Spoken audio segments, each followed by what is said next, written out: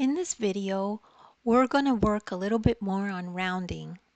So if we have a problem like this that says round to the nearest thousand. So we have some numbers here in the in column and the out column is blank. So we need to figure out what to put in there. So we need to round each number in the in column to the nearest thousand. That's what it says here.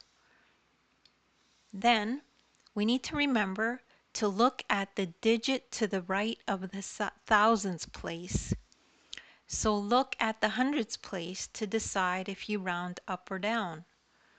So for this one, 1857, this is the thousands, this is the hundreds. So we're going to look at this to decide whether we round up or down. So now you need to remember if the number to the right is 5 or greater, then you round up. If the number to the right is less than 5, then you round down.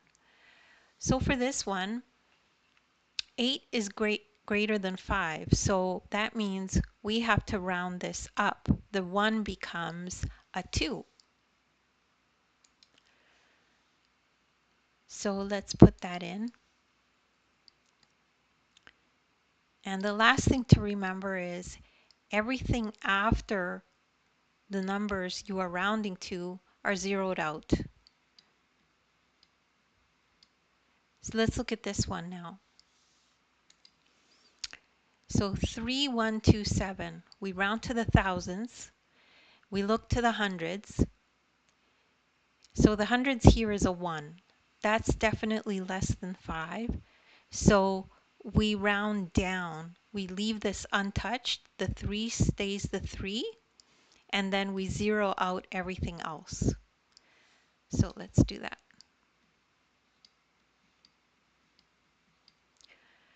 Now we come to this one. 5523 or 5523.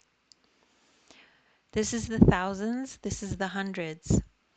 So the hundreds here is 5. So in our rule it says if the number to the right is 5 or greater, then you round up. So that means this 5 will become a 6 and then we zero everything else out.